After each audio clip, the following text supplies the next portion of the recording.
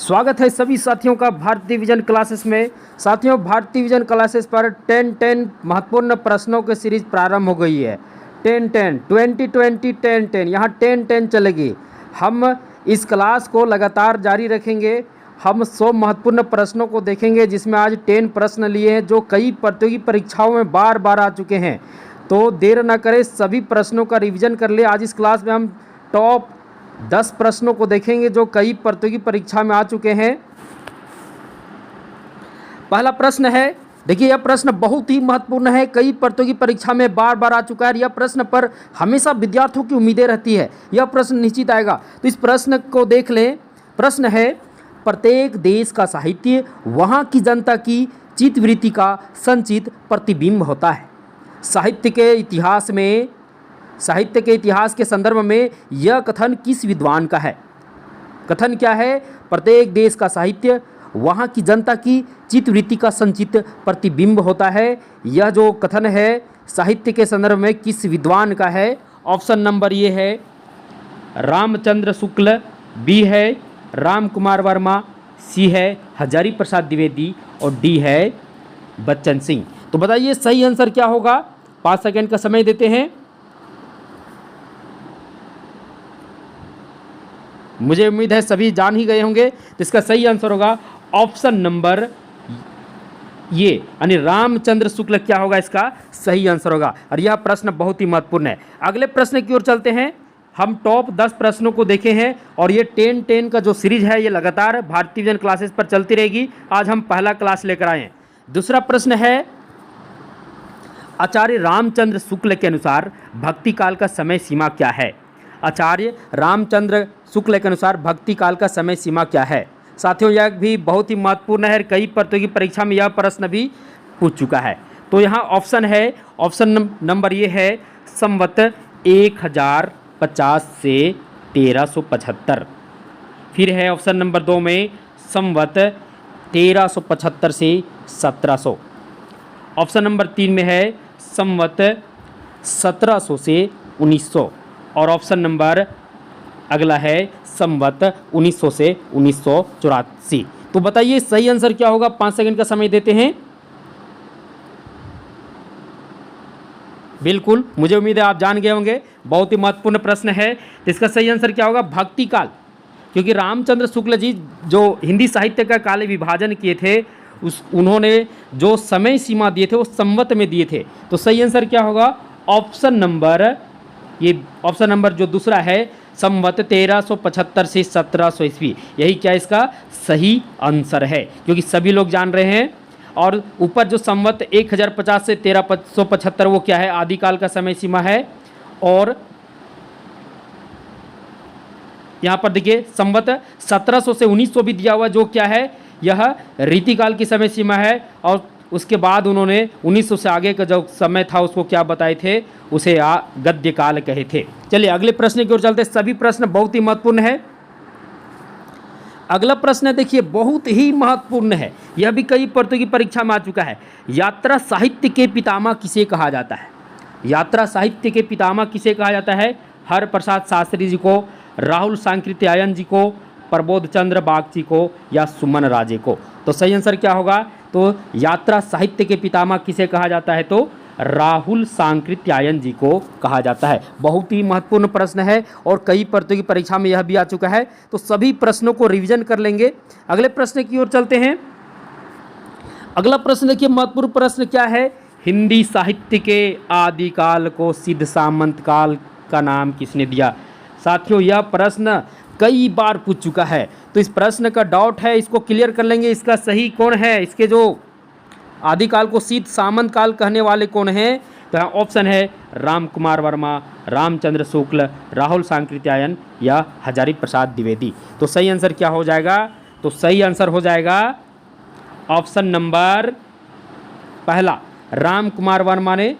जी नहीं, ये सिद्ध सामंत है। और सिद्ध सामंत का संबंध किनसे है? राहुल सांकृत्यायन जी से, क्योंकि इन्होंने सिद्धों की संख्या कितनी बताई थी? 84 बताई थी।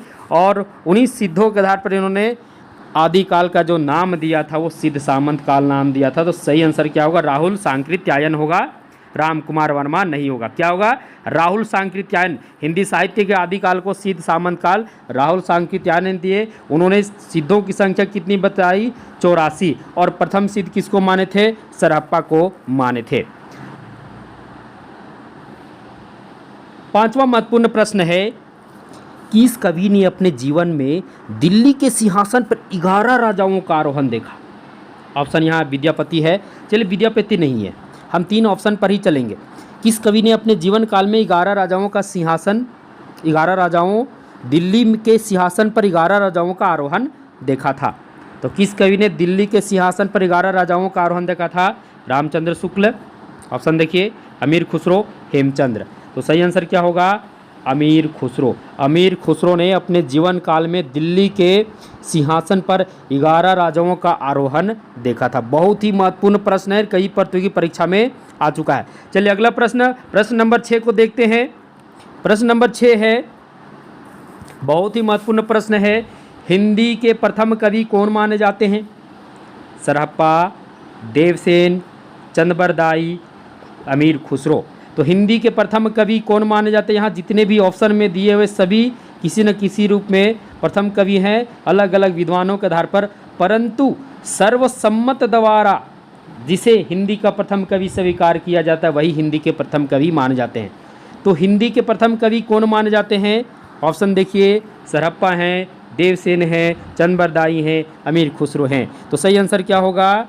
तो सही आंसर होगा, सभी जान चुके हैं बिल्कुल, तो सही आंसर होगा सरहप्पा जो हैं वो हिंदी के प्रथम कवि हैं। अगले प्रश्न की ओर देखते हैं। प्रश्न नंबर 7। सभी प्रश्न महत्वपूर्ण हैं, महत्वपूर्ण 10 प्रश्नों को लेकर आए हैं। अब भारतीय विजन क्लासेस पर 10 प्रश्नों की सीरीज प्रारंभ हो गई है और प्रतिदिन ये मिलेंगे। प्रतिदिन हम 10 महत्वपूर्ण प्रश्नों को लेकर आपके सम्मुख आएंगे।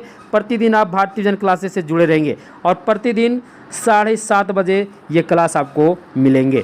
तो अगला प्रश्न है, पउम चरऊ के लेखक कौन हैं?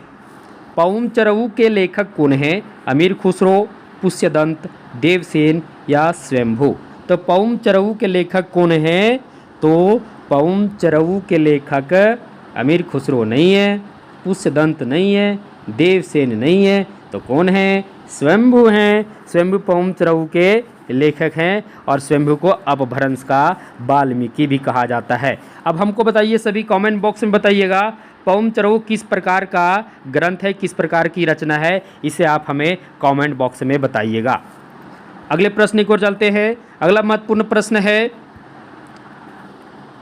जितने भी प्रश्न कई प्रतियोगी परीक्षा में बार बार जो आए उन्हीं प्रश्नों को लिए हैं और हमेशा आते हैं।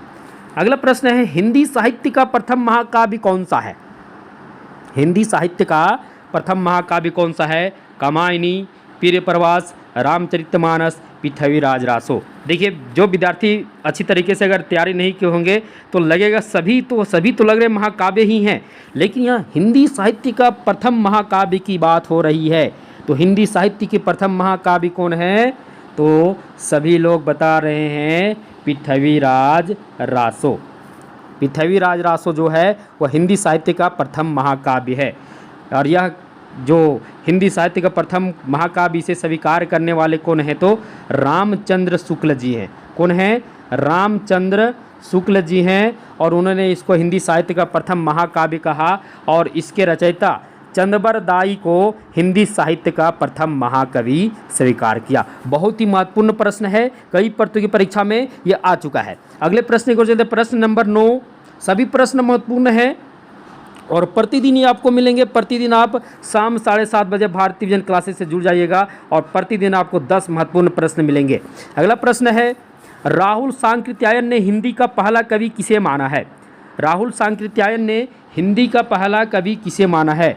यह प्रश्न आप देख लीजिएगा, अगर आपके पास क्वेश्चन बैंक होगा तो कितनी प्रतियोगी परीक्षा यानी बहुत सारे प्रतियोगी परीक्षा में यह प्रश्न आ चुका है। राहुल सांकृत्यायन ने हिंदी का पहला कवि किसे माना है? सहरपाद को माना है, चंद्रबरदाई को माना है, पुष्यदंत को माना है या स्वयंभू को माना है? साथियों यहाँ देखिए, सहरपाद इधर चला गया, चलिए आ गया, इधर उधर भटक गया था, चलिए आ गया। तो यहाँ है राहुल सांकृत्यायन ने हिंदी का पहला कवि किसे माना? तो हम ये बता रहे थे सहरपाद यानी सरहप्पा। सरहप्पा को सरहपाद भी कहते हैं। तो सरहपाद या सरहप्पा एक ही बात हुआ।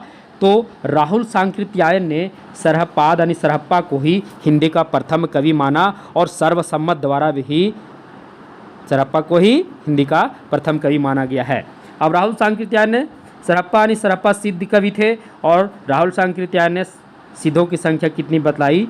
84 बतलाई। ये भी बहुत ही महत्वपूर्ण है, इससे भी कई बार प्रश्न आते हैं कि सिद्धों की संख्या कितनी थी? तो 84। और ये किनके द्वारा कहा गया है, किनके द्वारा बताया गया है? तो राहुल सांकृत्यायन के द्वारा। और याद रखिएगा सिद्धों से संबंधित अगर प्रश्न हो और ऑप्शन में याद रखिएगा जब भी आएगा राहुल सांकृत्यायन ही आपका आंसर होगा।